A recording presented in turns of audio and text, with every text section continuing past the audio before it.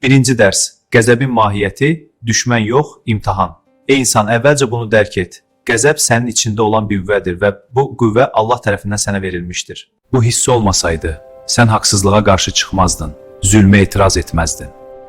Lakin bu qüvvətin dəyəri onu necə istifadə etməyindədir.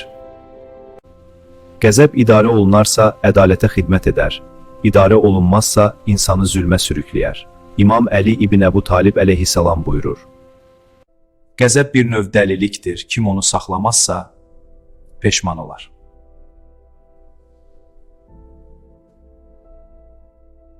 Psixoloji baxımdan qəzəb zamanı insanın düşünən tərəfi zəifləyir, hisslər üstün gəlir.